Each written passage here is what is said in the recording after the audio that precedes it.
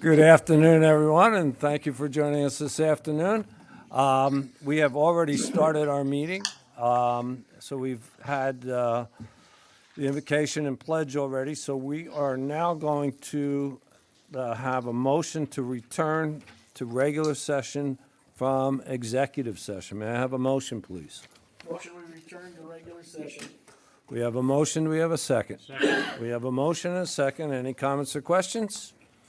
Seeing none, all in favor, please say aye. Aye. Okay, we are now back. Next, we have public comments. Has anyone signed up for public comments? So we'll go right into public presentations. And we're going to have the introduction of Gabe King, a network administrator. Welcome. Good evening, Mayor, Council, staff. So I'd like to introduce a new member of our team for the Communications, IT, and Digital Solutions Department. He'll be working on the IT side of the house as a network administrator. Known him for a few years. We crossed paths at Hargray when I worked for Hargray. He supported the city of Hardyville in the past as well when he was at Hargray. But I'd like to introduce Gabe King. Welcome, Gabe King. Thank you. Finally, a name I know how to pronounce.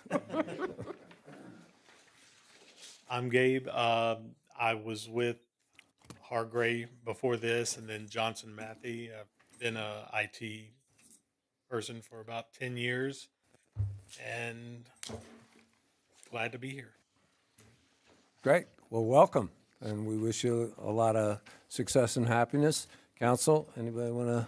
Welcome, Gabe. Good to Welcome. Good to see you. Okay, thank you. Good luck. Next, we have the introduction of Michael Wilson, maintenance tech. Mr. Brown? Good evening, Council. Yeah, Mike Wilson, a new addition to Public Works grounds crew. We're so happy to have him in as well. Jose here. We'll introduce him here in a second. These guys are making our grounds crew so much better because we're able to do so much more out there. And so we do appreciate them coming. Let me give you a quick one about Mike here. He's from Hardyville. All right. He lives in Savannah. He actually, second person in my team now that actually went to school in this building. I find that hard to believe. However, that is a fact. So pretty happy about that. He knows the city very, very well. 3 kids. And so far he's knocking it out of the park. So, Mike? Welcome, Mike. Okay, so we wish you well. Is there anything that you want to tell us about your family and anything you want to share? Not really. Okay, all right. Well, we welcome you. Wish you great happiness in working for the city council. Would anyone like to say anything to Mike? What years did you go here to school? I graduated '85 and to the high school. West Hardyville? Yes, sir. What years did you go here? 80 had it been 81, 80 somewhere 79, somewhere around there. I'm not good. I can't remember. It was way back. So I went here too, so did you? Okay. Yeah, except it was a little bit before then. Right. a few decades. He spent 4 of the happiest years of his life in 3rd grade. I thought he was climbing the tree.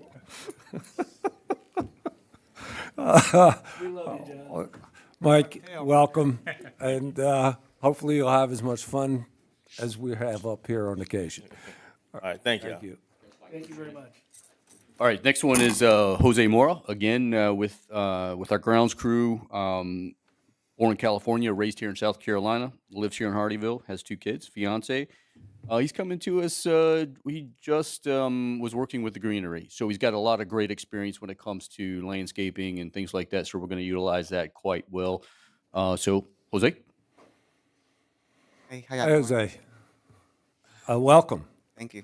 And so you have a couple kids. You live, and so anything else you want to share?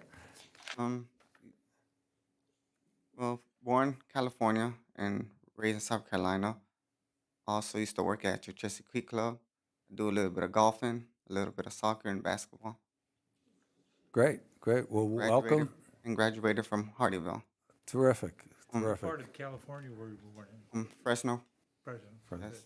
When I was young, I remember he was my teacher at one point. He was your teacher? Wow. That was in West Hardyville High School. He's involved in everything. Yeah. About sixth grade, Ever remember. since, ever It was since a long Lincoln, time. Like, sixth grade, I believe so. gifted teacher. you were gifted? I taught gifted. Oh, okay. Good for you. And I was gifted. I'm not going to go there. He left me an opening, but welcome. We wish you a lot of happiness working for the city. Council, anyone? Welcome. Thank you for the Thank opportunity. you very much. Next, we have the presentation and approval of minutes from the September 5th, 2024 regular city council meeting. May I have a motion to approve, disapprove, or make any changes to the minutes of September 5th?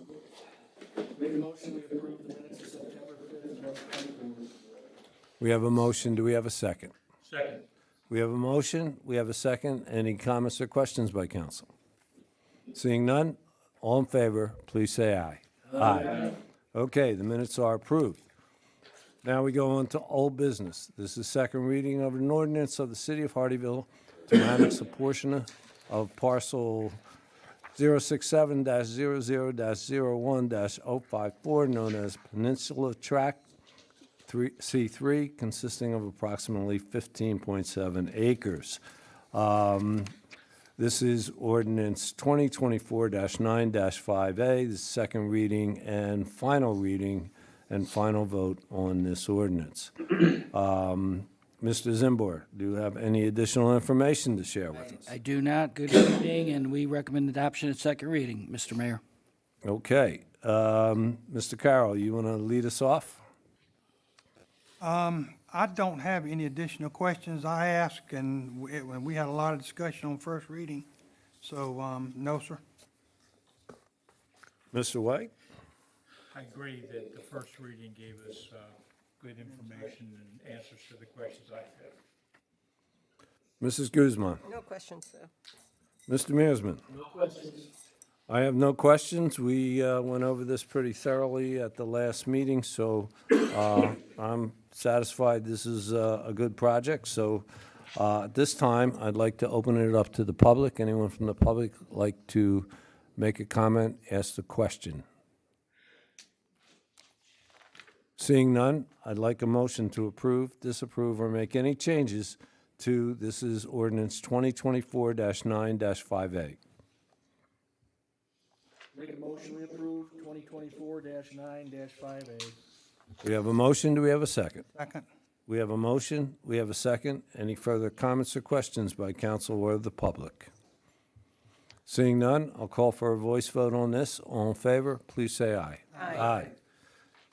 Next, this is also a second reading. We did discuss this at the last meeting also. This is to amend the zoning for a portion of this parcel, same 15.7 acres, and this changes the zoning from planned development district in Jasper County to mixed use in the city of Hardyville.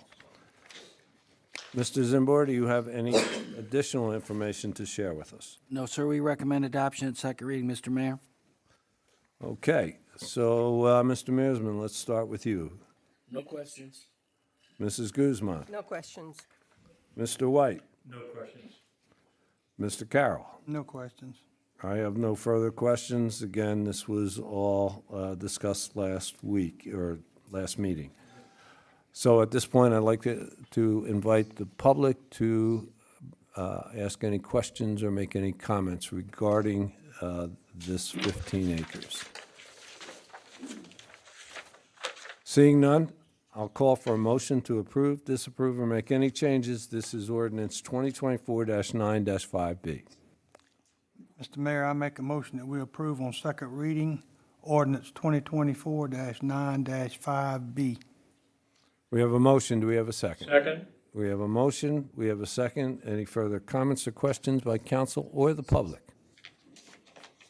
Seeing none, I'll call for a voice vote on this. All in favor, please say aye. Aye. Okay, that ordinance is official. Now, we go to the second reading of an ordinance of the City of Hardyville to adopt the master plan submittal for 63 acres, known generally as Osprey Village. This is the second reading of ordinance 2024-9-5C. Mr. Zimbor, do you have anything new to add to the second reading of this ordinance? No, other than, Mr. Mayor, that we highly recommend, not just recommend, highly recommend adoption at second reading for this wonderful project. Okay, so we are, let's go with Mr. Mearsman again. This project is very unique. I'm very proud that Hardyville has taken a lead for this type of project. This is something I really feel that other municipalities around the nation may be coming here to take a look at what we have done and what we've been able to establish with this. So I support this 110%. Mrs. Guzman. And I ditto what Mr. Mearsman said. I think this is a fabulous project, and all the best to you guys. Mr. White. I agree, it's a cutting-edge project, and I think it's going to be exciting to see the development. Mr. Carroll. I echo what everybody said. We not only had a discussion, but a little presentation 2 weeks ago, so it's a great project. I have nothing further. I have just to reiterate our thanks to Mr. Coggin and his organization. Our thanks to Osprey Village for all the work they've put into making this a reality. And I think this is just a wonderful thing for addition to our community. So we wish you a lot of luck and hope that this benefits so many people who need that help. So I have nothing further to add to that. I'd like now to offer the public to come forward and ask any questions or make any comments. Seeing none, I'll call for a motion to approve, disapprove, or make any changes. This is second reading of ordinance 2024-9-5C. Mr. Mayor, I'd be honored to make a motion to approve 2024-9-5C. We have a motion. Do we have a second? Second. We have a motion. We have a second. All in favor, please say aye. Aye. Go forth and build. Okay, good luck. Jeff and everybody from Osprey Village, good luck. It's a wonderful project. Next, we have new business. First reading of an ordinance of the City of Hardyville, South Carolina, to adopt the master plan submittal for a tract of land consisting approximately of 356 acres, known generally as South Point Infrastructure Master Plan, located between U.S. Highway 278, I-95, and John Smith Road, to include parcels 041-00-3-028 and 420004-019, located in the South Point Plan Development District, and to amend the official zoning map of the City of Hardyville to indicate that portion subject to the master plan. This is first reading of ordinance 2024-9-18A. Mr. Zimbor, please. Miss Katie, take it away, please. We did a pretty thorough presentation at the workshop, so I'm just going to do a little recap since this is first reading, and then the applicant will come and speak to how they're addressing your concerns from the workshop. So, again, a little history for the public. This originally came through as a PDD and Plan Development District and Initial Master Plan back in May of '22. Those applications were denied. They did resubmit for a Plan Development District only in October of '22, and it was approved in November of '22. This application is for the infrastructure only, so that's the road and utilities for future development. Planning Commission did recommend approval to City Council on August 14th of this year. and a workshop was held on September 5th. The initial master plan, the red shows the highlighted road network. Here we have the approved plan development district zoning, and then another illustration here of the infrastructure initial master plan. You can see the road network pretty much follows what was in the original approved plan development district. This is similar as East Argent. They got approval for their spine road, and then the developments came in afterward off of that. So individual initial master plans for any of the residential and commercial development will need to come before Planning Commission and ultimately City Council prior to any development review. Let's see. So it's the road and utility infrastructure to future development parcels and tracts within the PDD. The transportation element of the comprehensive plan requires connectivity between parcels as appropriate. This will provide vehicular and pedestrian connectivity from 278 to John Smith Road. And it will create the first portion of a potential frontage road, which could connect not only to Exit 8, but to the Morgan Track and potentially to the Latitude Commercial Development Area. The transportation element also recommends that the city review PDDs and document transportation responsibilities and projects, as well as increase collaboration between city staff, SCDOT, and other organizations on transportation needs. The applicant has worked closely in coordination with the city, SCDOT, and the adjacent developments in order to address mitigation for current and future concerns. There are consultants here that can speak more to those traffic improvements for you if you have questions. And at this time, I'm going to introduce Brian McClure to speak to the concerns at the workshop. That's what I brought mine. Okay, there you go. Good evening, everyone. I'm glad to be back in front of you all. Good evening. And thank you. Good to see you too. I thought that workshop that we had was a huge help, by the way. So you gave us some homework. We went back and we got to it. So I want to point out my entire staff is here tonight, and all of our consultants. Obviously, my partner Kevin Ferrugio. So we're here to answer any questions and hopefully get an approval this evening. I'll also point out Ryan Lee, the president of the hospital, is here tonight. He's got a little part of this in reference to the sewer. Then I heard we got some good news this morning on travel center at the Planning Commission was approved. So I think that those are all key points.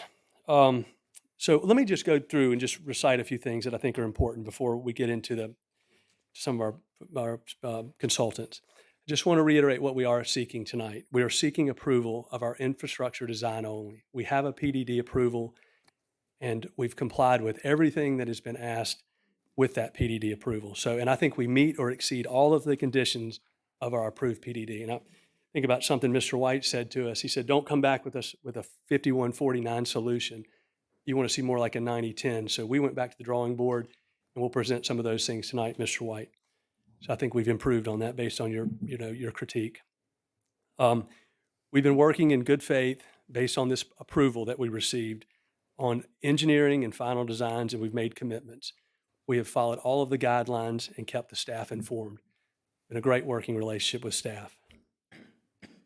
We received this unanimous Planning Commission approval 2 weeks ago. We have the full support of the town staff, the town's consultants, multiple engineering firms that are here tonight, and 4 traffic consultants. So all of the experts that have been involved, including the town staff, who we genuinely appreciate their input, are behind this project. We've been also cooperating with the adjacent developments on the design elements and offsite improvements and finalizing a 3-party MOU. And that's with the West Argent and the Morgan Track, which is not normal, by the way, to be able to get consensus between those developments. But it's been essential to make this project work. We've also been meeting with Exit 8 stakeholders that are all related and Buford Jasper to provide a sewer solution for these valuable area projects, including the hospital and the destination travel center that we talked about earlier. Our primary road, as you see there, the I've got my handy tool here. This road has been surveyed, platted, designed, and engineered. We've also coordinated with South Carolina Department of Transportation on this portion here. So all that has been conveyed and deeded to South Carolina Department of Transportation. So what I'm trying to express is all of that is fixed. That is going to be there. So, and again, the one last point before we open it up to some of our consultants, it's just important to note that the traffic engineers say the widening of 278 is not essential for South Point to function and function safely. In other words, I don't think we need to wait on the referendum. I think we have designed this to work without it. It would definitely be a benefit, but we're talking about the road South Carolina Department of Transportation is putting in stops here, and then we're picking it up in this area. So we've got a small portion that would be affected by the referendum anyway. So in any event, it would be a big bonus. So that's really all I have to add, in my introduction. But I want to say, we think we're more of the solution than the problem, and I think we basically can solve a lot of problems by being a partner in this process. So I'll open it up to questions. Do you have any other people who are going to speak? Everybody who wants to speak, present. Let's do that first, and then I'll open it up to council for questions. Sure thing. I mean, would you like to hear from our traffic consultant?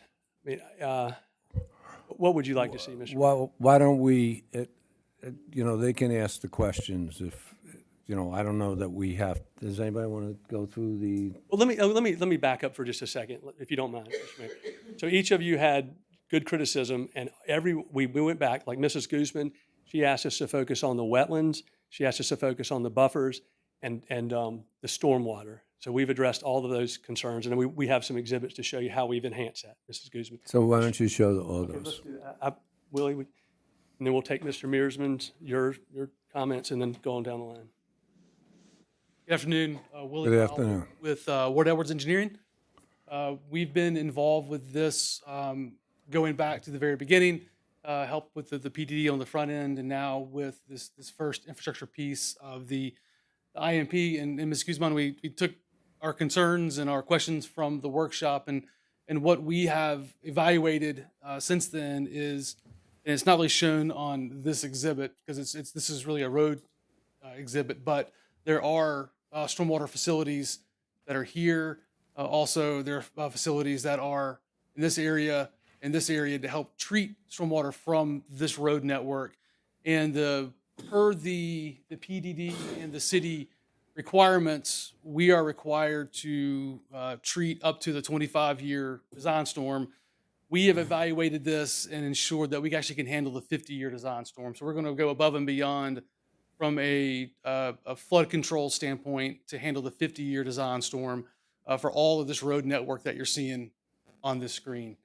And then separately, in terms of these culvert crossings and any kind of wetland crossing, we're proposing to handle up to the 500-year design storm to ensure that there's no concerns with water backing up anywhere through this property to allow for proper conveyance of this through the system. So and the city only requires that to be done to a 10 or 25-year return period based upon the level of the roadway. So we're proposing to take the ponds and the flood control up to a 50-year design storm, and then the culverts can actually go to a 500-year design storm. So those are two things that we've evaluated since the workshop to ensure that that can be done.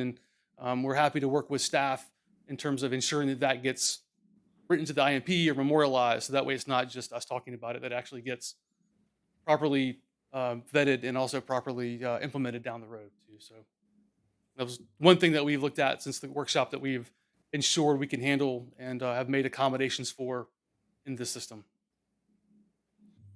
So let me ask you a question.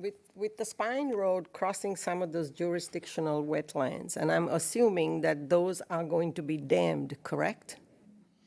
Dammed in terms of we are going to have to build this up like a causeway in order to cross the wetlands. And so anywhere we have that kind of crossing, we are going to ensure that the drainage system below the roadway can allow the 500-year flow to continue to move through the site, which is well above and beyond what is required per the city and DOT for that section. And where is that water going to eventually dump out?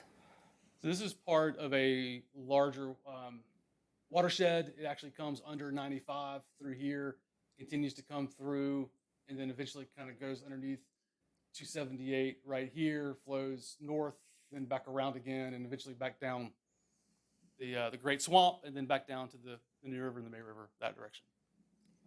Okay. Because I live in a neighborhood that with Tropical Storm Debbie had some major flooding. Jess, can we pull up those pictures, please? Show and tell. Okay. Keep going. You can see part of the golf course is underwater, and this was just Tropical Storm Debbie with just 1.5, 2 days of rain. Keep going, Jess.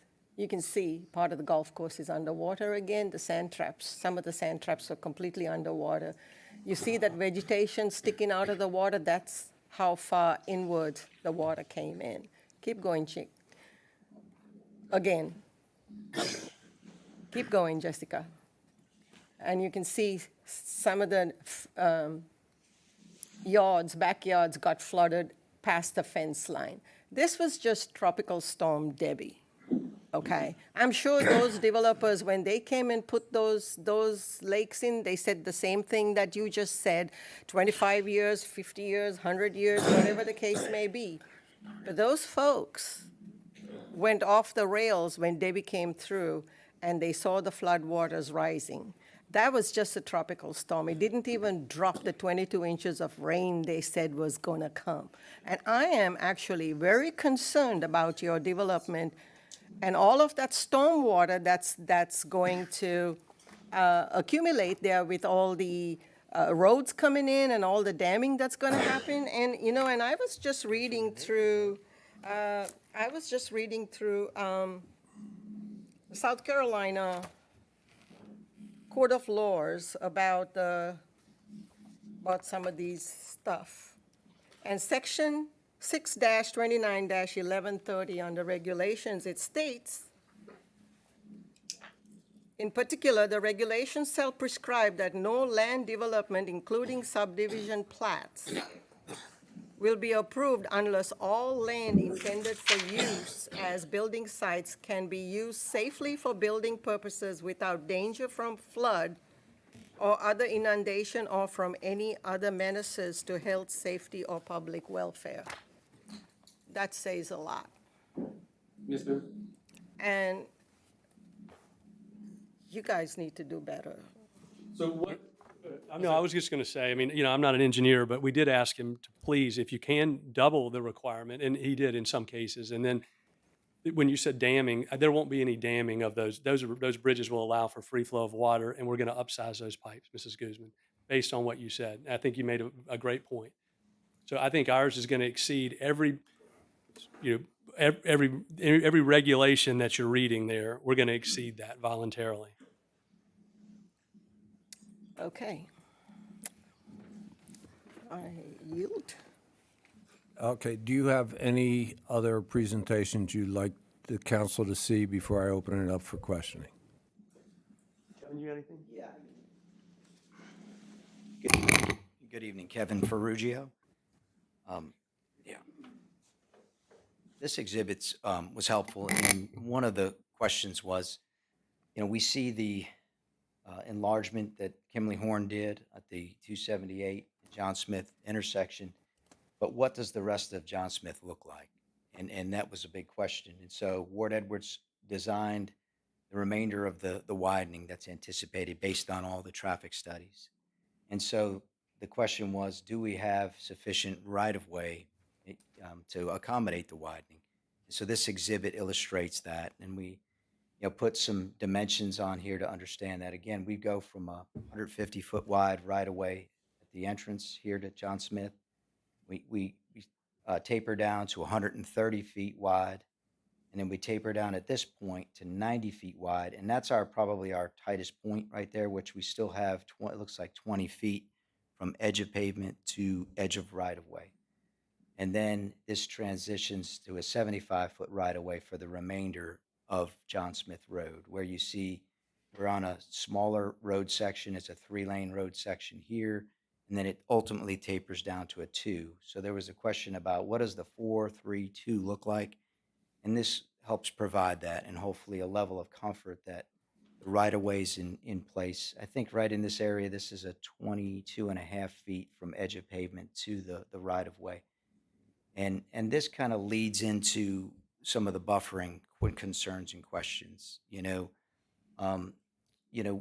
have a 50-foot PUD, perimeter PUD buffer, and which is very, I mean, it's on a larger side relative to, or on par with most PUDs. And, if you add that extra green space, you've got substantial green space between the roadway and then the development beyond that. And so we studied the development beyond that because there was concern about the residential in particular. And so we started looking at this area here because we do have a residential site. It's a multifamily site here. And we have a single family residential site here.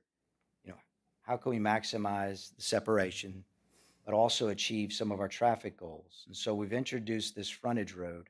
We would rework this site. I can't tell you how many times. It was very complicated, but we did.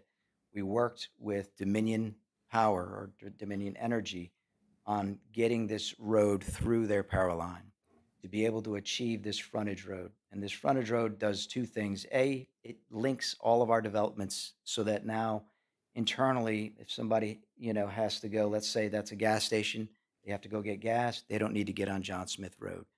And a lot of those, we internalize many of those trips and lower traffic on John Smith Road because of this. But it also helps to push the residential back. So you have a 50-foot buffer, the frontage road would be behind that, and then you have another green space where you would have your parking and then your building and so forth. So this essentially pushed us about 50 feet back, the parking in the buildings and so forth.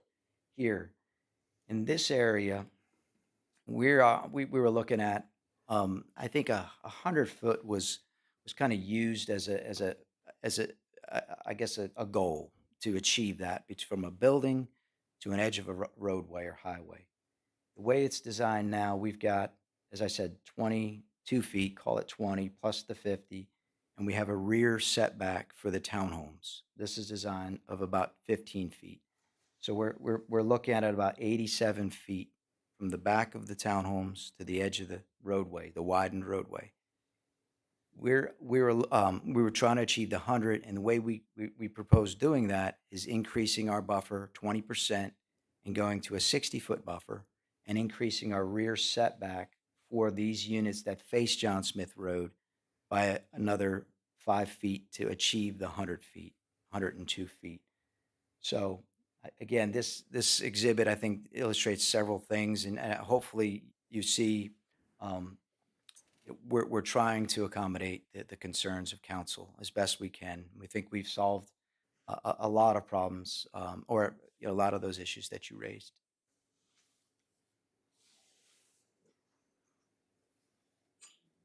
Anything else? That's our strategy for Mr. Mearson on the roundabout.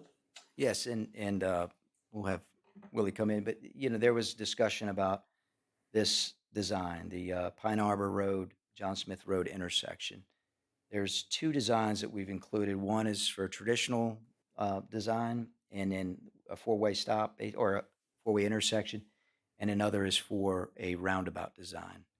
And I could let Willie kind of walk us through those. We have some exhibits and some blow-ups.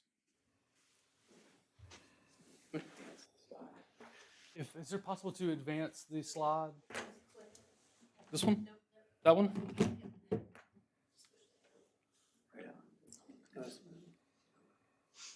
Backwards. Oh.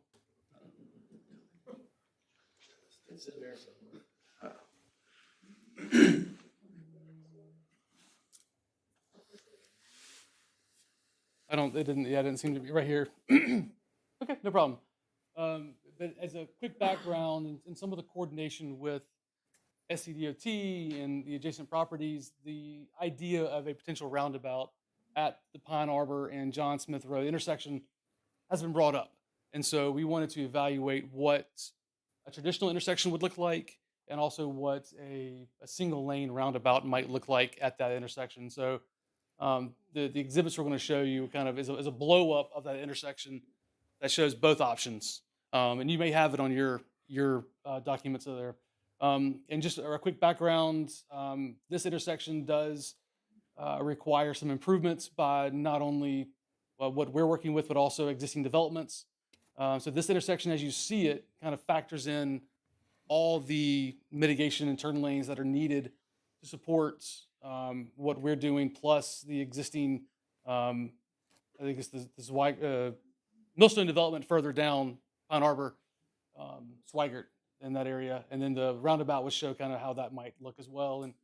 And discussions were there's some potential right-of-way needs for the roundabout that I think we could work through if that were to be the desired option. Oh, sorry.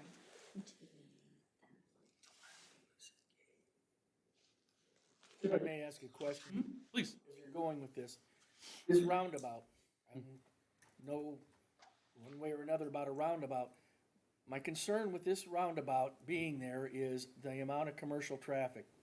In our industrial park, we have concrete plants, we have material plants, asphalt plants, and John Smith Road is the way to get to most of the construction that is along 278 with the new homes.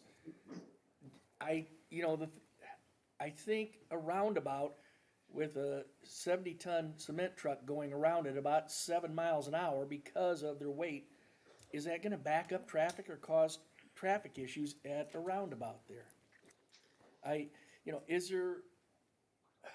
Roundabouts aren't the most favorable to semis and large vehicles. That's Caitlin, you want to talk about? So I understand what you're talking about with the slower moving traffic through there, but roundabouts are, oh, I'm sorry, Caitlin Love with Access Engineering, Traffic Engineering.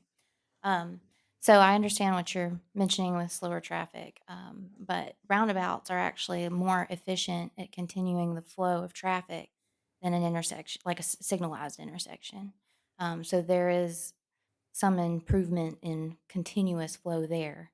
Understand, it's just, I'm looking at it from the I have driven those large vehicles and I have negotiated roundabouts. This is gonna probably shove the traffic from our, industrial park down 17 to come down 278 that way. If I was that driver, I'd want to avoid the roundabout. But I do agree that it does increase traffic flow of cars and light utility vehicles. Is this designed with the wide lanes on it? I mean, I've seen 3 different types of roundabouts just in Bluffton. Right. This DOT approves of this design for this road?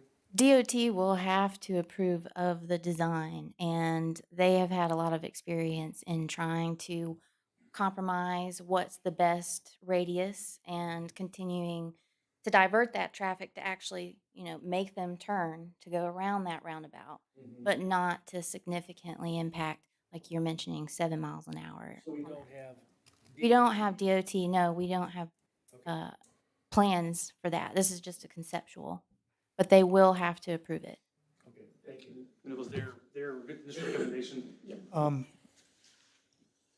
of to echo what Steve was saying, what determined, because you mentioned that you may have 2 choices. You may have a four-way stop or the roundabout. So what determines what option you pick, or does the DOT do that? So it will not be a 4-way stop. It'll be either a roundabout or a signal. That's the level of improvement that's going to be needed at this intersection. And DOT will have the final call of this, yes. Because to answer your question, Steve, a signal might be better for the big trucks than the. It's, we don't know what the traffic flow will be. No. Just raise the question of Yeah. the what if. But, I'll make a quick point. I mean, our preference would be the signal over the roundabout. So I hear your concern. It's just, obviously, it's in the hands of DOT. Because if we do the roundabout, Mr. Mearsman, we have to give up a little more land to make that work. But we're beholden to their decision there. So we've been open with them about our issue, and they're leaning towards roundabout. But I'm, if we can get a signal, that would be our preference as well. Okay, thank you. Any other presentations for council? And I'm happy to, I mean, Kevin did discuss the lane configurations down John Smith Road. I'm happy to walk us through the different configurations, if that would be helpful. Just let us know what would be in the best benefit of the council. When you say configurations, what do you?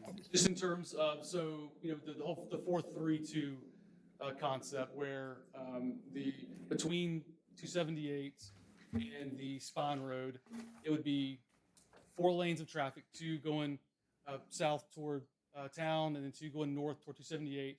And then we would begin to develop the middle 2-way left turn lane through this stretch, and then to the intersection here. And then once we get south of the Spine Road intersection, we would lose the 2 outer lanes and then have 1 lane of traffic going north, 1 lane of traffic going south. But we would keep the center 2-way left turn lane through this stretch until you get to this ultimate intersection at Pine Arbor. At that point, once you get south of Pine Arbor, you're now down back to your existing 2-lane section, which also would match what DOT is going to do on the replacement bridge crossing 95. And that's the same regardless of how we end up having to treat the intersection. Just a matter of we need a formalized left turn here, or if the roundabout can help with some of those left turn movements. What is the permitting time to get DOT approval on all this? So DOT is actively engaged at this point in terms of reviewing the studies. We've had feedback from them. And then once we get the formal approval from DOT, it's all, like as Brian mentioned earlier, it's been fully surveyed. So the entire corridor is surveyed. We have these layouts, and it's just a matter of converting that into the formal design that DOT will require along that stretch. So you're looking at having permits for this once it's all finalized. I would think within 12 to 15 months, once you go through design, go through the state for all the permitting, OCRM, CCC, this kind of thing. So unfortunately, we run into the state roadblocks. Okay. One more question about the roadways, and I know it's maybe premature. Entrance to future school on Morgan Track, that concerns me. If the school isn't built, will that be another entrance and exit for homes or something else? So this is shown because it is shown on the Morgan Track plan. That's part of public record. Anything that happens on the east side of John Smith Road, this connection to Morgan, this future entrance school, those all would be required by the Morgan Tract. Okay. And we would not really include those in our formal design, other than possibly the curb cut at the Spine Road continuation. But that's taken from their plans that are on record with the PDD. So I can't confirm that's the final location and that's the final land use for that area. But we're just trying to accommodate and show all the coordination between the two tracks. One final question. Where will you gain access to parcel 18? This one? Yes. Parcel 18 is completely landlocked by the wetlands around it, so I would assume it would have a connection to John Smith Road. Then why isn't it shown? We were only focused on the widening of John Smith Road through here, and that would have its own master plan down the road, and that's not part of the infrastructure IMP that we're presenting and reviewing at this point. So that parcel 18 would have its own IMP, its own development process, and you'd look at it at that time. Is that the area that's planned for storage Yes, sir. Warehouse. or warehousing? Yeah. I'd feel much more comfortable if access was shown on this. That's going to be right close to the foot of the bridge. And you're saying it's surrounded by wetlands, so it is landlocked, or it's wet-locked all the way around it. I'd like to see where that's going to enter out onto John Smith Road, because that could be another choke point or difficult location. Is there a secondary plan? You're talking about your buffer and your parcel 18B. You're crossing a small portion of wetland to get to it. Could you put that wetland into mitigation too to access it from parcel 17B instead of going directly on to John Smith? Yeah, the answer to that question is yes. And you bring up a good point. But keep this in mind, Mr. Mearsman. If we come in with a site plan, we'll be able to reevaluate that at the time. And you'll be able to say, look, that doesn't look right. You know, here's what I want to see you do.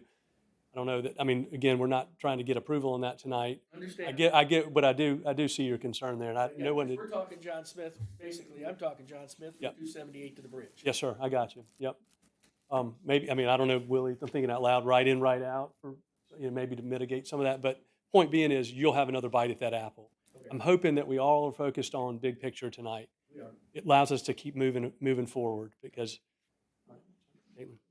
Yeah, I'll just piggyback off of that. Right now, it is just warehouse, and that's one of the lowest generators of traffic. So, and like you mentioned, once it comes back online, you'll have another shot at it. It'll be reevaluated. I wanted to make a comment about the workshop. There was a comment that a previous traffic study hinges on widening 278 and 6 lanes. And I just wanted to make sure that it was clear because I know there's a lot of things that have been discussed and a lot of variables going on. So we approached this study as like a tiered approach. Typically, DOT just looks at it, what is approved. And they did not want to see 278 with 6 lanes. So we have provided a solution that will have 278 and John Smith operate at adequate levels. And then based on the requirements and requests of the city, we then worked with Morgan Tract and Argent to, and also included 6 lanes to make sure there's additional solutions to keep it at adequate operation. I yield, Mr. Mayor. Well, let's go back through in our normal process, and I'll start with Mr. Carroll. Any additional questions that you have? Yeah, Mr. Mayor, clarification, one of the things that had impressed me from the very beginning, it was the parallel road to Pine Arbor that we talked about that goes back out into 278 that keep traffic flow off of Pine Arbor. Tell me a little bit more about that. Is it my understanding that that's going to be built in stages as development comes? I'll let wanna make Kevin sure get that I technical with you. understood. Or you think you're talking about this frontage road that we've put through here? Okay, You said it you would wanna be- talk a little bit about that? Yeah. That it'll be built in stages, am I right? Yeah, it's just to some understand, we're talking about this road or we're talking about the frontage road? Because sometimes we use frontage road for the spine road as well. And see, that's what confused. Right, apologize. No, that's why I wanted to, Yeah, because I thought they were synonymous the other day too, because okay. yeah, this is more of a traditional frontage road, which just follows right behind the buffer. This I would call more of just a traditional spine road connectivity, between the properties. But to answer your question, there are this is to be built in stages, and we do have another exhibit that kind of illustrates some of that. If we want to, if that's the question that you have, we can. I think Brian's prepared to talk through that. Yeah, I'm just still unclear on exactly what you're talking about here, Mr. Carroll. You talking about, this is Pine Arbor here, and so We're you talking can, about the road that runs parallel, we had talked about to Pine Arbor, that goes through the development and goes out into, eventually goes out into 278. okay. So this larger spine road, yes, sir. So So is it a spine road or front? we can put Boulevard up there Okay, too. whatever. So yes, so this is the one that we dedicated the land to DOT, and they've set our entrance up here. Willie will adjust it. So this portion right here is phase 1, okay, and it stops about right here. This portion right here is phase 1 and stops about right here. The phase 2 section that will come online as we come back in with these residential parcels and/or this large commercial tract is slated to be built at that time. But bottom line is phase one, round one, we're planning on putting this in, and then we'll put, the way it's designed right now, assuming we've got a residential group that's coming in with a plan for this site, this Pine Arbor extension would come all the way through, and then we can, at that time, then we can evaluate whether we need to do this to connect.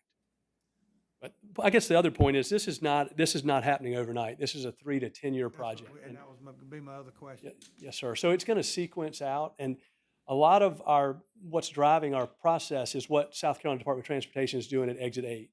I mean, most of this retail comes online parallel to that and in sync with that. So, you know, it's a good thing, but at the same time, that's sort of driving our schedule. I know you got some wetlands mitigation too you got to deal with, and that's usually not a quick process either. That's a great point. And part of that process is getting this approval tonight. But I will say, half of it's done. This has been in for the last 90 days.